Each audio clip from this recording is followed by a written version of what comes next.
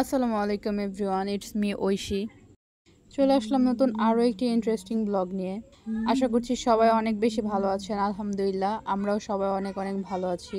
বেশ কিছুদিন ধরেই গরম অনেক বেশি বেড়ে গিয়েছিল। রোদ কম থাকলেও তাপমাত্রা কিন্তু একটুও কম ছিল না। গরমে সবাই একদম নাজেহাল অবস্থা। সবাই বৃষ্টির জন্য অপেক্ষা করছিল, কিন্তু এক ফোঁটা বৃষ্টিও হচ্ছিল না। হঠাৎ করেই স্বস্তির আবহাওয়া, বৃষ্টি চলে আসলো।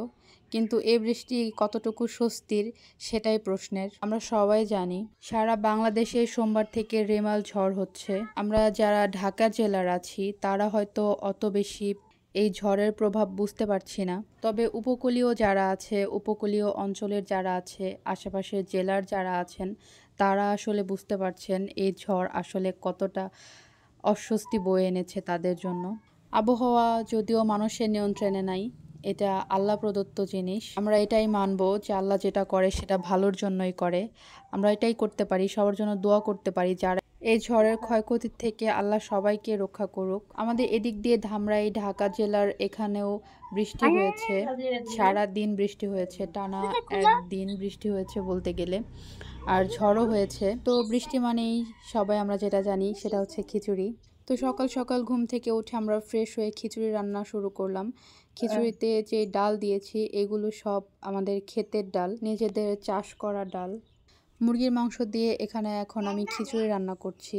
আর বাইরে একদম ননস্টপ রাত 12টার থেকে শুরু হয়েছে, বৃষ্টি চলেই যাচ্ছে একটানা একভাবে।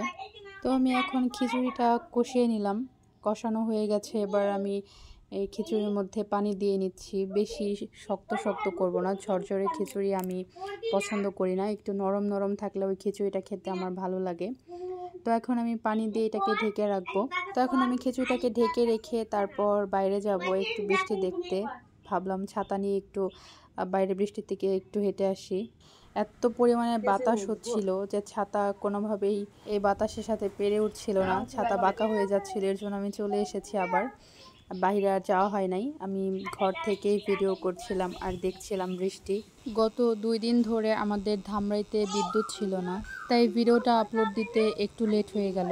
যেহেতু কারেন্ট ছিল না, তাই শুধু ওয়াইফাই না, ফোনের নেটও বন্ধ ছিল।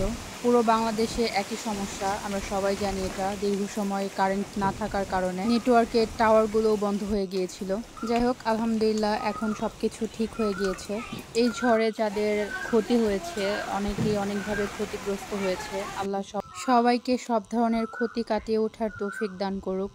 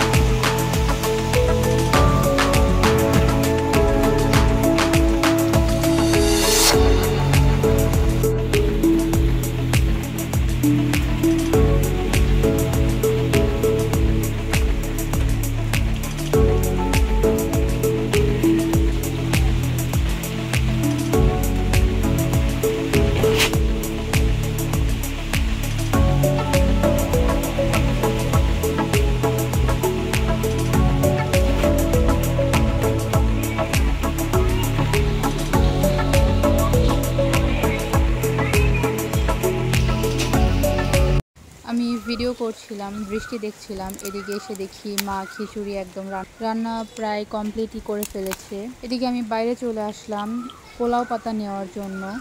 আমরা যারা গ্রামে থাকি তারা হয়তো এই পাতার সাথে অনেকেই পরিচিত। খিচুড়ি বা পোলাও এসব রান্নার সাথে এই পাতা ব্যবহৃত হয়। এই পাতা দিলে অনেক সুন্দর একটা ঘ্রাণ আসে, পোলাওয়ের মতোই। পার্সোনালি এই পাতার ঘ্রাণ আমার অনেক বেশি পছন্দ। খিচুড়িতে এই পাতা দিলে আমার কাছে মনে হয় একদম টেস্টটাই অন্যরকম হয়ে যায়। আমি বাহির থেকে বৃষ্টির পানিতে পাতা একটুখানি ধুয়ে নিয়েছি, তারপর আবার ভালো পানি দিয়ে ঘরে যেয়ে ধুয়েছি। এরপর খিচুড়ির মধ্যে পাতাগুলো সুন্দর করে দিয়ে দিলাম। যদি পাতা দেওয়ার আগে একটু আগুনে ঝলসে নেওয়া যায় তাহলে এই পাতার থেকে আরও ভালো ঘ্রাণ বের হয়, কিন্তু সেটা আমি এখন করলাম না। আমি সরাসরি পাতাগুলো দিয়ে দিয়েছি, এমনিতেই ভালো ঘ্রাণ বের হবে। তবে একটুখানি আগুনের তাপে দিয়ে তারপর দিলে আরেকটু ভালো হয়। খিচুড়িটা আমার হয়ে গেছে। পাতাটা দিয়ে এবার একটুখানি ঢেকে রাখবো। ঢেকে রাখলে রান্না হয়ে যাবে। আগুনটা বন্ধ করে দিচ্ছি। রান্নায় আমি অত বেশি পারদর্শী না, তাই খিচুড়ির রেসিপিটাও সেরকমভাবে আর দিলাম না। আমরা সবাই কম বেশি খিচুড়ি রান্না করতে জানি। আমি এই জানলার পাশে বসে বসে বৃষ্টি দেখছিলাম আর খিচুড়ি খাচ্ছিলাম। মাশাআল্লাহ, খিচুড়ি ভালোই হয়েছে খেতে। তো আজকের ভিডিওটা এই পর্যন্ত। সবাই খুব বেশি ভালো থাকবেন, সুস্থ থাকবেন। ভিডিওর কোনো অংশ যদি ভালো লেগে থাকে একটা লাইক, কমেন্ট এবং সাবস্ক্রাইব করতে ভুলবেন না। আল্লাহ হাফেজ।